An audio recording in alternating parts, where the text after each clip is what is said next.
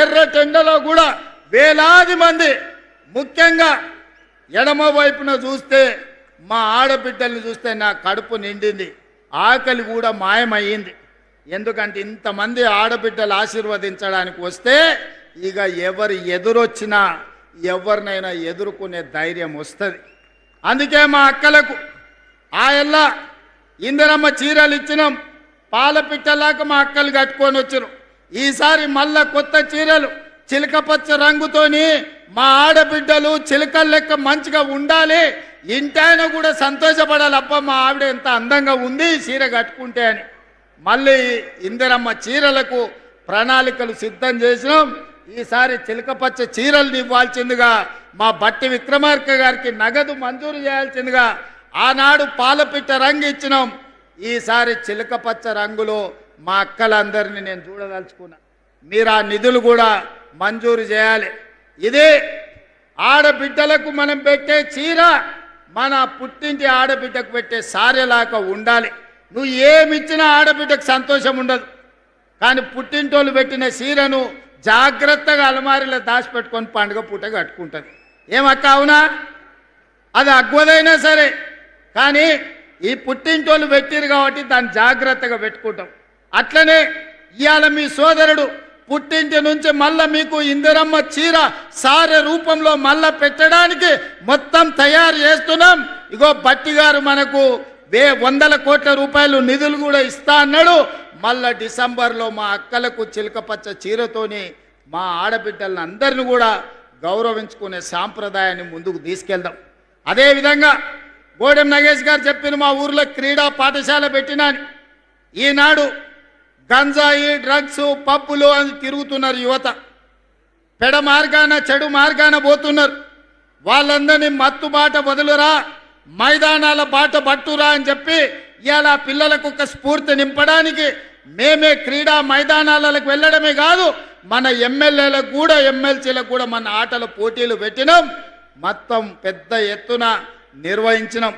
అందుకే ఇవాళ ప్రపంచ దిగ్గజమైన మెస్సీని ఫుట్బాల్ ఆడటానికి మన రాష్ట్రానికి తెచ్చినాం. ఈరోజు క్రీడల గురించి ఏదైతే ఆదిలాబాద్ ప్రాంతం నుంచి ఒక ఆలోచన చేసిండ్రో, హైదరాబాద్ వెళ్ళి నెంబడే మా మిత్రులు ఇన్ఛార్జ్ మంత్రివర్యులు జూపల్లి కృష్ణారావు గారికి ఆదేశాలు ఇస్తున్నా, శాసనసభ్యులు నా దృష్టికి తెచ్చిన ఏవైతే నివేదికలు ఉన్నాయో వాటితో పాటు క్రీడలకు సంబంధించి మీరు ప్రత్యేకంగా సమీక్ష చేసి తక్షణమే ఈ ప్రాంతానికి క్రీడల్ని ప్రోత్సహించడానికి, ఈ అటవీ ప్రాంతంలో యువకులల్లా చైతన్యం ఉంది, వాళ్ళకు ఒక బలమైన సంకల్పం ఉన్నది, గొప్ప క్రీడాకారులను వెలికి తీయాల్సిందిగా మట్టిలో మాణిక్యాలను వెలికి తీసే బాధ్యత ఈ జిల్లా ఇన్ఛార్జ్ మంత్రిగా మీదే. ఈ ప్రాంతంలో క్రీడలను ఏ విధంగా ప్రోత్సహించాలనో మినీ స్టేడియంతో పాటు క్రీడల కళాశాల మైదానాన్ని అభివృద్ధి చేయడానికి అవసరమైన ప్రణాళికలు సిద్ధం చేయండి, ఈ ప్రాంతానికి మంజూరు చేద్దామని చెప్పి నేను ఈ వేదిక మీద నుంచి మీకు ఆదేశాలు ఇవ్వడం జరుగుతుంది. మిత్రులారా, ఈ రాష్ట్రం మనది, ఈ ప్రజలు మనవాళ్ళు, 4 కోట్ల తెలంగాణ ప్రజలు మా కుటుంబ సభ్యులు, మాకు తారతమ్యం లేదు, మేము కులమో మతమో ప్రాంతమో లేకపోతే ఏ రకమైన వివక్ష చూపియం, రాజకీయ పార్టీల గురించి ఆలోచన చెయ్యం. పేదవాడే మా దృష్టిలో, పేదవాడిని మేం ప్రభుత్వం ఆదాయం పెంచాలి, పేదలకు పంచాలి అన్న ఆలోచనతోని మా ప్రభుత్వం పనిచేస్తుంది. ఏ పేదవాడిని ఆదుకున్నా అది మా బాధ్యతగా భావిస్తాం. రాజకీయాలకు అతీతంగా అభివృద్ధి కార్యక్రమాలను ముందుకు తీసుకెళ్తాం. కానీ కొంతమందికి మేము చేసే అభివృద్ధి నచ్చడం లేదు. మారీచులు మాయ వేషంలో, మాయలేడి రూపంలో, మాయగాళ్ళ రూపంలో మీ దగ్గరకు వస్తున్నారు. నిన్న మొన్న చూసిన కొడంగల్ పోయినరు, లేకపోతే మహేశ్వరం పోయినరు, ఇవాళ ఇంకేడుకో పోయినరు. మార్కెట్ యార్డు కట్టలేదు మీరని, 10 ఏళ్ళు మీరు ఎందుకు కట్టలేదని నేను అడుగుతున్నా.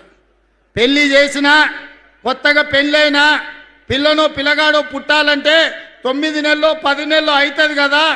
కండరాలు తిరిగిన 6 అడుగులు ఉన్నోని పెళ్లి చేసినా 3 నెలల పిల్లల్ని పుట్టించగలడా? అయితే అదే సాధ్యం. దానికి ఒక ప్రక్రియ, ఒక విధానం ఉన్నది. పెళ్ళైన ఎవరికైనా 9-10 నెలలు పడుతుంది పండంటి పిల్లగాడినో బిడ్డనో చూడాలంటే. అట్లనే ఈ ప్రభుత్వం 10 సంవత్సరాలు మీరు ఎలగబెట్టని పనులు ఎన్నిటినో గొప్ప గొప్ప పనులను చేసినాం. ఇంకా చేయాల్సినవి ఉన్నాయి. అడ్డుపడడానికి ఊరూరు తిరుగుడు కాదు, మారీచుడు మాయలేడి రూపంలో వచ్చి సీతమ్మని చెరబట్టాలనుకుంటే చివరికి రాముడు చేతిలో చావు తప్పలేదు. మళ్ళా కూడా నేను ఈ వేదిక మీద నుంచి మళ్ళీ చెప్పదలుచుకున్నా, ఇక్కడ ఉండే ఆదిలాబాదు బిడ్డల సాక్షిగా ఆనాడు పిప్పిరిలో బట్టి గారు, ఆనాడు నేను ఇంద్రవెల్లిలో ఇక్కడి నుంచే దీక్ష భూని ప్రజాపాలన తెస్తామని చెప్పినాం. ఇచ్చిన మాట ప్రకారం ప్రజాపాలన తెచ్చినాం. ఇవాళ మళ్ళీ ఈ పిప్పిరి వేదిక మీద నుంచి నేను చెప్తున్నా, రాబోయే శాసనసభ ఎన్నికల్లో మళ్ళీ ప్రభుత్వం వస్తుంది, ప్రజాపాలన చేస్తుంది.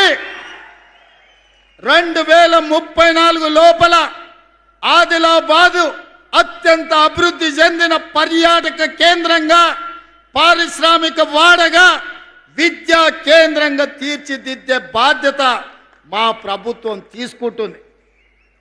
ఇవాళ ఎవరైనా ఏ పార్టీలైనా గెలవని ప్రజాపాలన నాడు అధికారంలో ఉంటుంది, ఈ ప్రాంతాన్ని అభివృద్ధి చేస్తుంది. మిత్రులారా, కొంతనన్న ఓపిక ఉండాలి, సంయమనం పాటించాలి. 10 ఏళ్ళు వాళ్ళు చేయలేని పనులు, 10 ఏళ్ళు వాళ్ళు సృష్టించిన గందరగోళాన్ని, 10 ఏళ్ళు 8 లక్షల కోట్ల రూపాయలతో అప్పుల్లో రాష్ట్రాన్ని ముంచితే ఒకటొకటి పరిష్కరించుకుంటూ వస్తున్నాం.